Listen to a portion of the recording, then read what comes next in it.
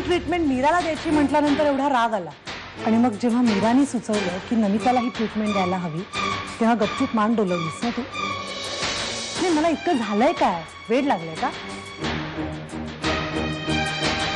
मला वेड लागलाय म्हणून तुम्ही एका सकायट्रिस्टला दाखवायला नेणार आहात मला का? मग मला मेंटल हॉस्पिटलमध्ये पाठवून आशूला या घरी आणण्याचा प्लॅन आहे तुमचा? नमिता तू काय बोलतेस? अगं कुठे पोहोचलीस तू? मी कुठून कुठे पोहोचत नाहीये, तुम्ही लोक मला मिळून. नमिता,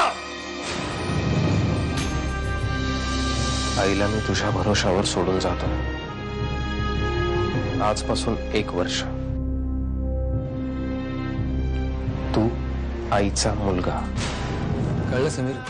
माणसाला खोटं का आणि कशासाठी बोलावं लागतं? मी तुझ्याशी खोटं बोलली असेल पण मी तुला फसवलेलं नाही.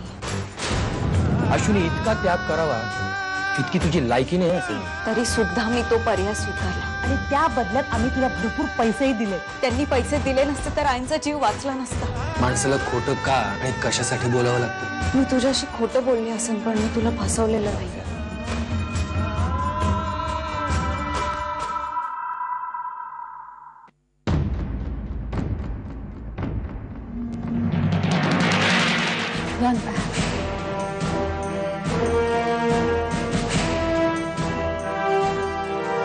आशू कुठे? आशू आशू ऍक्च्युली आशू आशू काय आहे सगळं? काय आहे सगळं? किती काय आहे? तुम्ही दोघं बोलत का नाही यात? आशू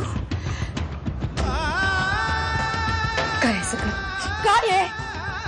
कुणाचं आहे मूल? कुणाचं आहे मूल? कुणाचं आहे? ते मूल माझं आहे.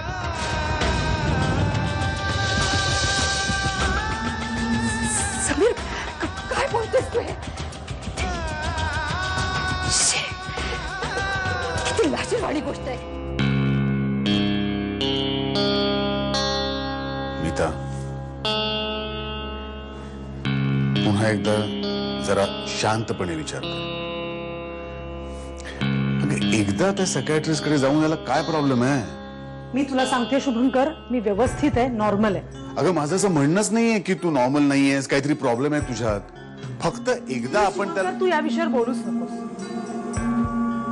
आई, आता आम्ही लग्न करतोय ना आणि तूच जर का पाठीशी नाही उभे राहिलेस तर कसं चालेल? काय बोलतोस तू समीर? अरे तू काय केलंयस याची जाणीव आहे तुला? तुझी अक्कल एक वाऱ्यावर केली होती पण हिला कळत नव्हतं का? आणि असंच होतं तर मला सांगायचं होतं. मी बोलवून घेतलं असतं तुला आणि लग्न लावून दिलं असतं दोघांचं.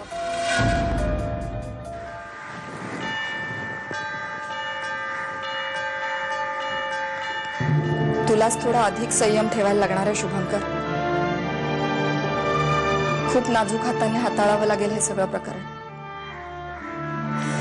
आणि हेही तितकंच खरं आहे की ती अश्विनीशी जशी वागली ना त्यामुळे आपण अधिक कडवट झालोय रे तिच्याशी. तिचं कौतुक करण्याची इच्छाच गेली आपली.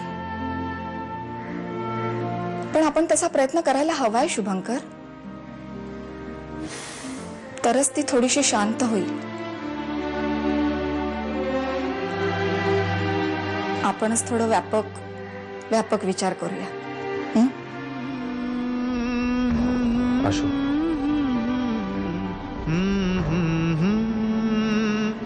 हे येडू, तू आलास. तुला सगळं खरं खरं सांगितलं आणि तू मला जवळ घेतलंस ना. तुम्ही मरून गेले तरी चालेल मला. हे